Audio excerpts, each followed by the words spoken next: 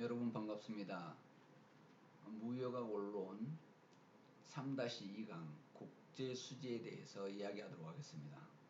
국제수지는 1절, 2절, 3절, 4절로 이 장에서는 국제수지의 정의, 국제수지표의 구성, 국제수지의 평가, 국제수지의 조정 정책 등에 대해서 설명하도록 그렇게 하겠습니다.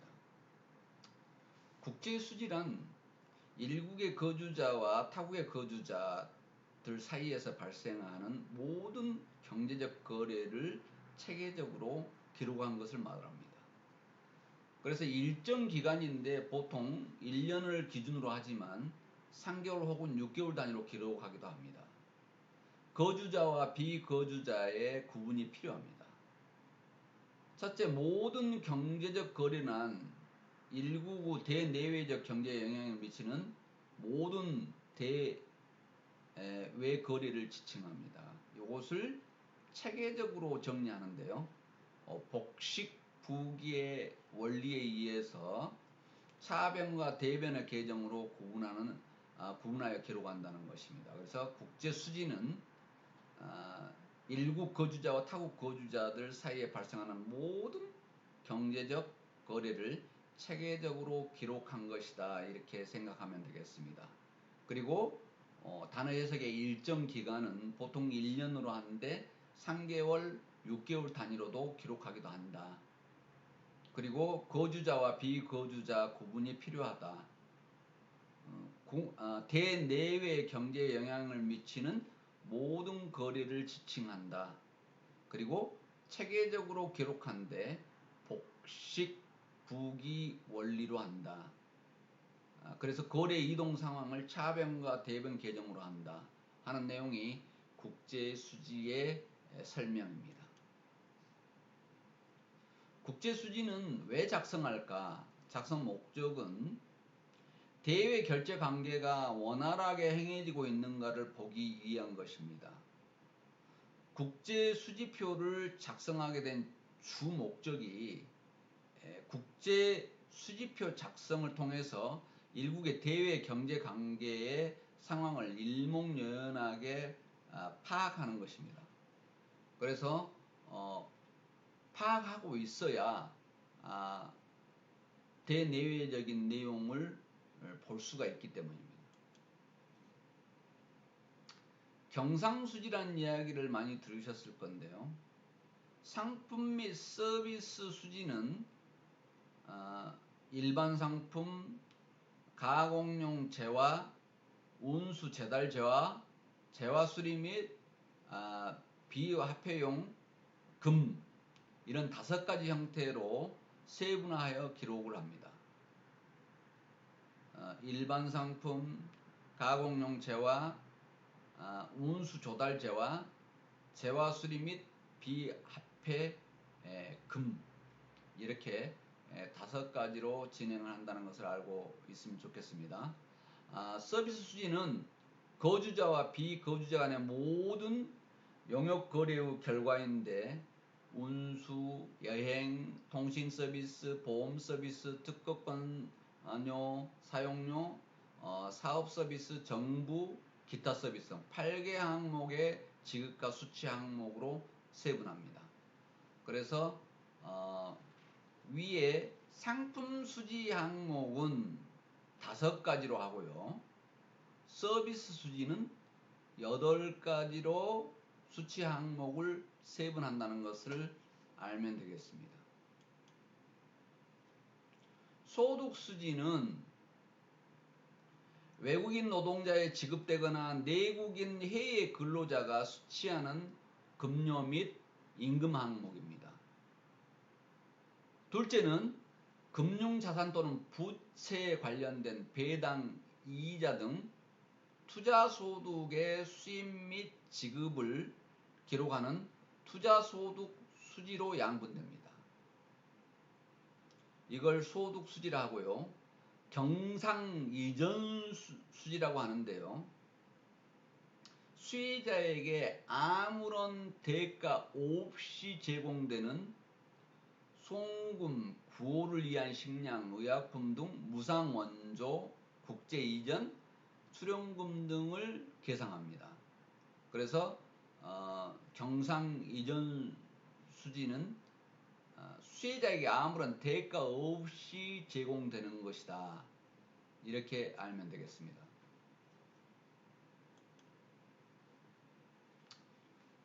자본수지인데요. 투자수지인데 투자를 직접 투자, 증권 투자, 기타 투자로 구분해 봤습니다. 직접 투자는 거주자인 직접 투자자가 영속적인 이익을 취득하기 위하여 다른 나라 경제권의 기업에 대하여 행하는 대외 투자를 이야기합니다. 증권 투자는 투자 수익을 목적으로 하는 대외 투자로서 주식 및 채권에 대한 투자를 증권 투자를 합니다. 기타 투자는 직접 투자와 증권 투자에 속하지 않는 모든 금융 거래를 계상하는 것을 기타 투자라 합니다. 그래서 자본 수지의 투자 수지, 직접 투자, 증권 투자, 기타 투자 이 세 가지를 여기서 지금 이야기했습니다. 기타 자본 수지인데요. 기타 자본 수지는 자본 이전의 특허권 등 기타 자산의 거래를 계상하는 것을 말합니다. 자본 이전은 해외 이주비, 투자 보조금 지급 등 고정 자산 취득과 관련한 현금 이전을 기록하고 있습니다. 그래서 특허권 등 기타 자산의 거래는 특허권, 저작권, 상표권 등 비생산 무형 자산 및 토지, 지하 자원 등 비생산 유형 자산의 취득, 처분에 따른 거래를 기록한 것을 기타 자본 수지라 한다. 그래서 투자 수지 내용 부분에서 이야기했고요. 두 번째는 기타 자본 수지에 대해서 이야기를 했습니다.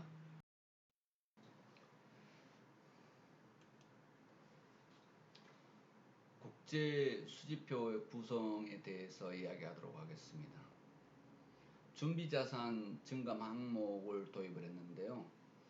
중앙은행은 준비자산 변화만을 기록한 것이다.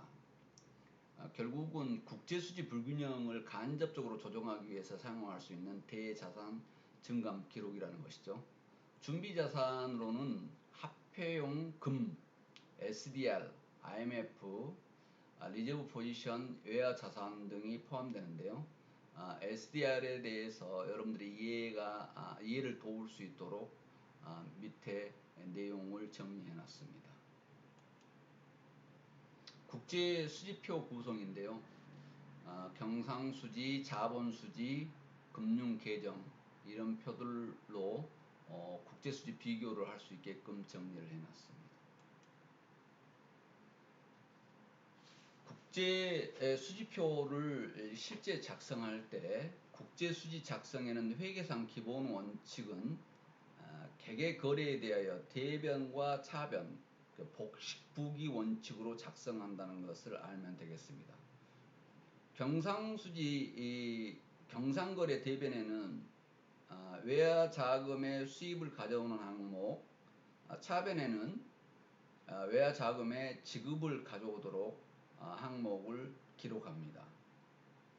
자본 거래에 있어서는 차변에는 자본의 증가나 감소가 초래되는 거래를 그리고 대변에는 자산의 감소나 부채 증가를 초래하는 거래를 기재한다고 알고 있으면 되겠습니다. 그래서 자본 거래는 차변과 대변에 기록을 하는데 차변에는 자산의 증가나 감소 초래하는 거래, 대변에는 자산의 감소나 부채 증가를 초래하는 거래를 적는다. 이렇게 이해하면 되겠습니다. 상품 및 서비스 수출입인데요. 우리나라가 미국에 대해서 상품이나 서비스를 수출한 경우 100억 현금 거래를 가정했을 때 대변에 외화의 수입은 대변에 적고 그리고 차변에 외화의 지급 100억 달러입니다. 그래서 대변에는 수입, 외화의 수입, 차변에는 외화의 지급을 적는다는 예시를 만들어 보았습니다. 이전거래인데요. 이전거래는 반대급부 없이 어느 일방이 지급이나 수취하는 경우인데 10억 달러어치 쌀을 우리나라가 무상으로 원조했다. 그러면 대변에 외화 수입이죠. 10억 달러를 적고 차변에는 외화 지급했죠. 10억 달러를 적어줍니다. 그래서 이전 거래도 대변과 차변에 적어준다는 예시를 들어봤습니다. 경상수지에 따른 분류인데요. 경상수지에 따른 균형과 불균형 판단은 경상수지 흑자 적자 여부에 따라서 판단하는 방법인데 중요 지수로 평가받고 있는 이유는 그 나라가 식물 경제 상황에서 가장 잘 반영하고 있기 때문이고 장기간에 걸쳐 일관성 있는 형태를 보이는 항목이기 때문에 그렇습니다. 그래서 경상수지 이야기는 많이 나오고 있죠. 한 나라가 경제 발전에 필요한 자본의 축적 정도를 잘 반영하고 있기 때문에 경상수지에 따른 분류를 중요하게 생각하고 있습니다. 경상수지를 다시 한번 이해쉽게 적어놨는데요. 상품수지 플러스 서비스수지 플러스 소득수지 플러스 경상이전수지까지 내용 기록한 것을 경상수지라 합니다. 자본수지인데요. 자본수지는 흑자 적자 여부로 국제수지의 균형과 불균형을 평가하는 방법을 말합니다. 자본수지 공식을 적어놨어요. 투자수지, 기타, 자본수지입니다. 그래서 직접 투자 더하기 증권 투자, 기타 투자, 기타 자산거래, 자본 이전까지를 자본수지라 한다. 다소 사전적인 용어다 보니까 조금 딱딱합니다. 한국의 국제수지 추이 부분을 이런 형식으로 볼 수 있게 통계청 자료를 한번 가져와 봤습니다. 국제수지표의 평가인데 1960년 초반부터 85년까지 우리나라는 우리나라 무역이 태동하기 시작한 시기입니다. 그 다음에 85년에서 89년까지는 흑자 시대의 도래기죠. 그래서 90년에서 97년까지는 국제수지 적자로 재전환 시기입니다. 그 다음에 98년부터 최근까지는 국제수지 흑자 정착기다. 그래서 우리나라는 국제수지 흑자 정착기에 와 있다. 그 다음 내용들이 변화가 있을 수 있겠죠. 국제수지 조정이란 각종 변수들을 변화시킴으로써 국제수지의 불균형을 시정하라는 대내외적인 조정 능력을 지칭합니다. 그래서 국제수지를 조정해야 되겠죠. 불균형을 시정하려는 내용들인데 그 다음에 계속 설명이 나오도록 그렇게 하겠습니다. 교역제의 상대 가격인데 수출 경쟁력은 제한화 서비스 등 교역제의 상대 가격이 크게 영향을 받게 된다. 그래서 국제교역의 상대 가격 인하가 되면 국제수지 흑자가 오고 교역제의 상대 가격이 인상이 되면 국제수지에 적자가 온다는 것을 이해하면 되겠습니다. 일국의 소득인데 특정 국가의 소득 변화는 자국 수출입 영향을 미침으로써 국제수지의 변화가 온다. 그래서 일반적으로 일국의 소득 증가는 자국 국민의 가처분 소득이나 유효소득 증가했을 경우고 수요나 소득의 변화는 곧 수출입에 영향을 끼치게 된다는 것이죠. 국민소득 증가는 수입의 증가에서 국제수지 적자가 나고 국민소득의 감소는 수입의 감소로 국제수지에 흑자가 온다 하는 내용입니다. 이자율은 각국 간의 이자율 차이는 자본 이동을 가져오게 됨으로써 국제수지에 영향을 미치게 되는데 자국의 이자율이 상승되면 어떤 영향이 있는가? 국내로 자금이 이동이 되고 자본수지에 흑자가 오고 국제수지에 흑자가 온다. 자국의 이익률 하락이 오면 국외로 자금이 이동하고 국제 수지는 적자가 오고 자본 수지에 적자가 오고 국제 수지 적자가 온다. 그래서 자국 이자율이 하락하느냐 상승하느냐에 따라서 이런 영향들이 있다는 것을 알 수 있습니다. 이자율이 상승하면 국내로 자금이 들어오고 이자율이 하락하면 국외로 자금이 이동이 된다. 크게 이렇게 생각하면 되겠습니다. 환율 수준과 국내 경기 동향인데요. 환율이 변동하게 되면 대외적으로 자국 교역제의 상대 가격 변화에 의하여 대외 경쟁력의 변동을 가져오게 되겠죠. 환율 인상, 결국 환율 평가 절하인데 자국 교역제의 경쟁력 증가를 가져와 국제 수지의 흑자로 나타나게 된다.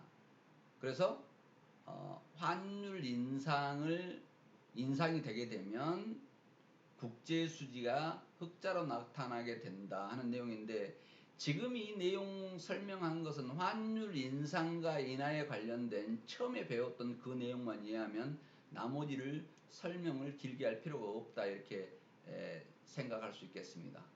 지금 환율 제도인데요. 변동 환율 제도 경우에는 국제수지 불균형이 발생하게 되면 우선적으로 환율이 먼저 자유롭게 변동하게 되고, 환율 변동에서 국제수지가 자동적으로 균형을 회복하는데, 지금 자동 조정에 의해서 국제수지가 자동적으로 균형 회복하는 내용을 이야기하고 있어요. 그래서 국제수지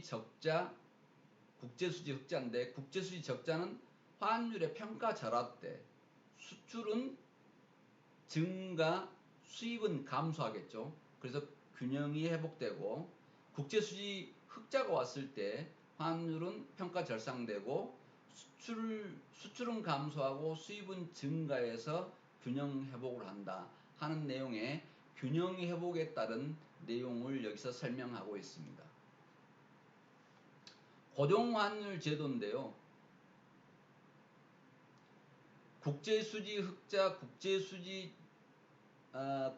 흑자에 대한 통화량 공급 증가, 물가 상승, 대외 경쟁력 약화, 수출 감소, 수익 증가하는 데인데, 지금 반복적인 내용이 설명이 되고 있죠. 그래서 고정환율 제도 상황에서 균형 회복하는 내용을 설명하고 있습니다. 탄력성 접근 방법인데요. 국제교역제의 상대적 국제수지 균형을 이룰 수 있도록 정당한 상대 가격을 확립하는 데 중점을 두고, 잘못된 상대 가격을 조정 요인으로 환율 변화를 통한 적정 가격의 확립에 중점을 두는 탄력성 접근 방법에 대해서 설명을 했습니다. 흡수 접근 방법이 있는데요. 소득보다 지출이 크게 되면 수입의 증가로 인한 국제수지의 적자를 야기하게 된다는 것입니다. 그래서 소득이 지출보다 많다면 국제수지의 흑자를 나타나게 된다는 것입니다. 화폐론적 접근인데요. 국제수지 불균형이 화폐시장의 수요와 공급의 불일치에서 발생된다는 내용입니다. 그래서 국제수지 균형 회복을 위해서는 화폐시장에서 수요와 공급을 조정하게 된다는 관점입니다. 강의 시간이 좀 길어졌는데요. 좀 요약해서 빨리 이야기하도록 하겠습니다. 지금 재정 및 금융정책인데요. 국제수지의 불균형을 시정하는 노력입니다. 정부가, 정책이라고 하는 것은 정부가 참여한다는 것이죠. 정부 지출의 증가는 소득 증가, 수입 증가, 국제수지 흑자 감소를 하게 된다 하는 내용이죠. 금융정책의 경우는 통화당국이나 정부의 통화조정정책을 통하여 국제수지 균형을 깨라는 정책을 금융정책이라고 합니다. 사전적인 용어들이죠. 간접적인 조정정책인데 외환통제제도라는 것이 있습니다. 이것은 정부 입장에서 자국 경제 주체들에 대한 직접적인 외환통제를 통해서 정부가 모든 외환을 통제할 수 있는 제도입니다. 주로 정책이나 제도는 정부에서 진행을 한다 이렇게 생각하면 되겠죠. 조금 딱딱하긴 합니다. 국제학 원론, 무역학 원론, 무역개론은 다소 사전적인 내용이 있어 조금 딱딱하긴 합니다만은 상식적으로 알 수 있는 부분은 정리하고 또 과제 또한 간단하게 정리할 거니까 누차에 걸쳐서 말씀드리지만 과제는 간단하게 마무리를 할 수 있도록 그렇게 하시기 바랍니다. 조금 시간이 길었는데요. 강의 듣느라고 고생 많으셨습니다.